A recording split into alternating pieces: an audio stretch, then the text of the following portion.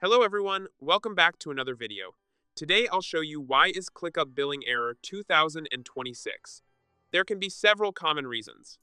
Incorrect payment details, wrong card number, expiry date, CVV, or billing info can cause errors. Insufficient funds, your card or account may not have enough balance. Bank restrictions, your bank may block online or international transactions.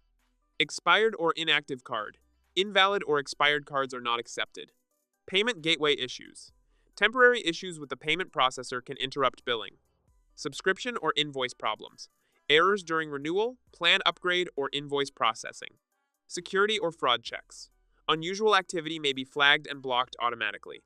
Currency or region limitations. Some payment methods may not work in certain locations. If the issue continues, verify your payment info, try another method, or contact ClickUp support.